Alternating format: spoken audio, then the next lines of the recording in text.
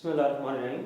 आज हमारा टॉपिक है चैप्टर नंबर 2 में काइनेमेटिक्स में ग्राफ का कि ग्राफ होता क्या है। इसको ज़रा तवज्जो से सुनिएगा, क्योंकि ग्राफ की इंट्रोडक्शन और ग्राफ की जो टोटल हिस्ट्री है वो इस पे डिपेंड करती है। आगे जितनी भी टाइप्स हैं वो आपको समझने में मदद देंगे।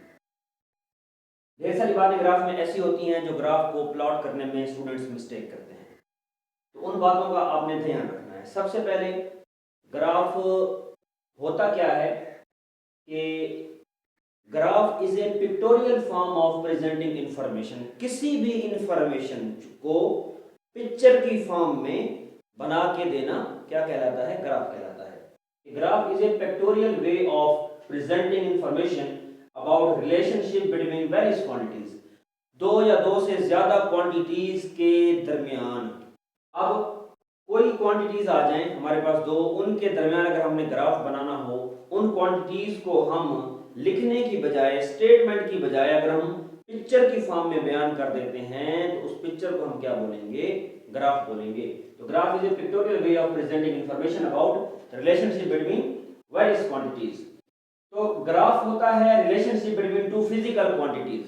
ग्राफ दो फिजिकल क्वांटिटीज के दरमियान रिलेशन हो सकता है। उनमें से दो क्वांटिटीज क्या हो सकती हैं? स्ट्रेट भी हो सकती हैं और कर्व भी हो सकती हैं। स्ट्रेट लाइन आप लोगों को पता है कुछ इस तरह होती है और कर्व लाइन आप लोगों को पता है कुछ इस तरह होती है। अब क्वांटिटीज, जो भी क्वांटिटीज हों जिनके दरमियान ग्राफ प्लॉट किया जाता है उन्हें हम वेरिएबल कहते हैं। The quantities between which a graph is plotted is called variable.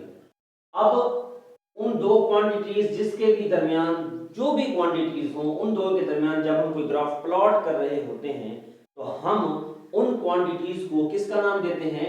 Variable का। एक क्वांटिटी उनमें से इंडिपेंडेंट होती है, एक क्वांटिटी उनमें से डिपेंडेंट होती है।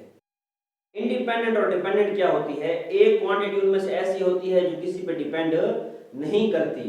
फॉर एग्जाम्पल मैं आपको यहां पे बताऊं कि x की वैल्यू अगर 2 है then y is equal to 2x है, तो y की वैल्यू कितनी होगी? जरा देखिएगा।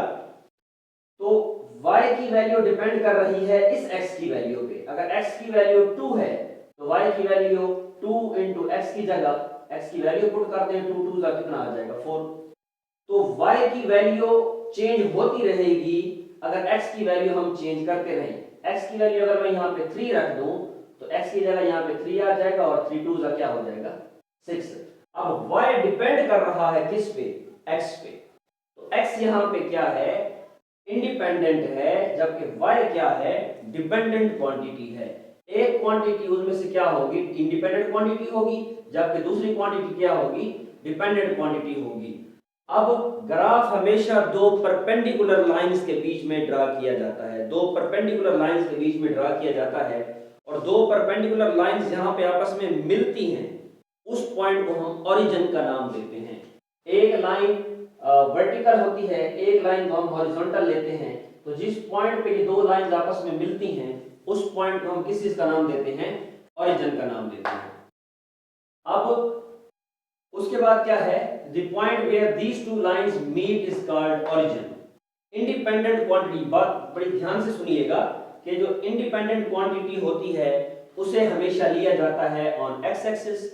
इंडिपेंडेंट क्वांटिटी को हमेशा हम इस तरह लेंगे, इंडिपेंडेंट क्वांटिटी को हमेशा एक्स एक्सिस पे लेंगे, जबकि डिपेंडेंट क्वांटिटी को हमेशा हम किस पे लेंगे? वाई एक्सिस पे लेंगे।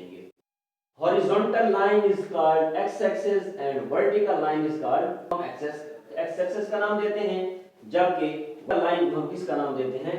y-axis का। तो ये है ग्राफ की पूरी डिटेल, इसको याद रखिएगा। ग्राफ क्या होता है? ग्राफ जिन क्वांटिटीज के दरमियान लिया जाता है उन्हें हम वेरिएबल्स का नाम देते हैं।